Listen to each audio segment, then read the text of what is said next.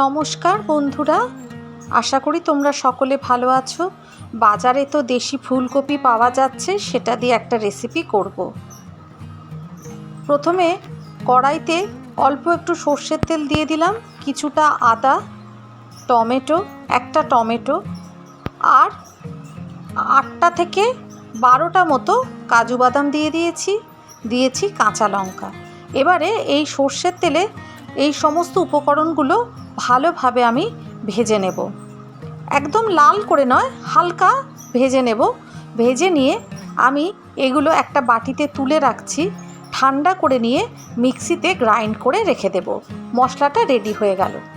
এবার ফুলকপিগুলোকে আমি নুন হলুদ দিয়ে ভাপিয়ে সেই ভাপানো জলটা ফেলে দিয়ে কড়াইতে সর্ষের তেল দিয়ে ফুলকপিগুলোকে ভেজে নেব লাল লাল করে।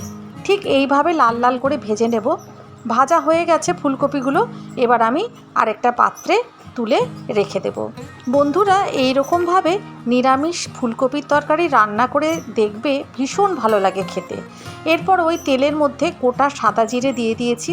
ফোড়নটা একটু ভাজা হয়ে গেলে ডুমো করে কেটে নেওয়া 2টো আলু আমি দিয়ে দিচ্ছি। এবার একটু হলুদ গুঁড়ো দিয়ে দিলাম। দিয়ে এবার আলুটাকে বেশ ভালো করে ভেজে নেব। এইভাবে ফুলকপির মশলাটা তৈরি করলে নিরামিষ ফুলকপির তরকারির স্বাদটা দ্বিগুণ বেড়ে যায়। একটু নুন দিয়ে দিচ্ছি। নুন দিয়ে আবারও আলুটাকে লাল লাল করে ভেজে নেব।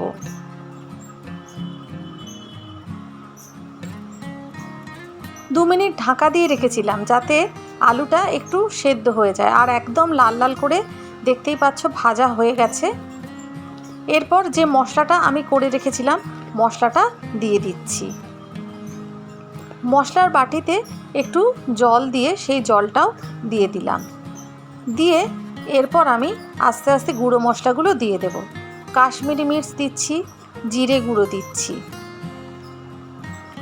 দিয়ে খুব ভালোভাবে নাড়াচাড়া করে প্রয়োজন মতো নুন দিয়ে দিলাম, মিষ্টি দিয়ে দিলাম।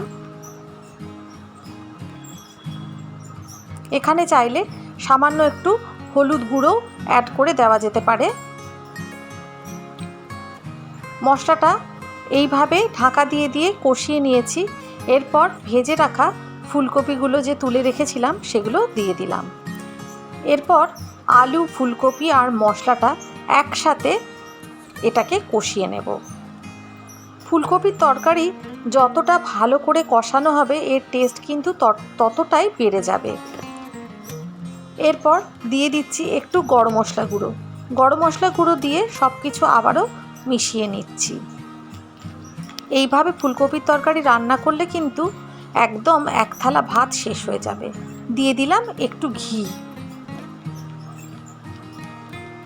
দিয়ে আবারও সব কিছু ভালোভাবে নাড়াচাড়া করে নিচ্ছি। এরপর যতটা গ্রেভি করব, যেমন ভাত দিয়ে খেলে একটু গ্রেভি বেশি লাগে, তাই সেই অনুযায়ী গ্রেভি করা যাবে। আমি আমার প্রয়োজন মতো জল দিয়ে দিয়েছি। তোমরা জলটা বেশি কম করবে, আর অবশ্যই হালকা গরম জল দেবে। 3 থেকে 4 মিনিট ঢাকা দিয়ে রেখেছিলাম।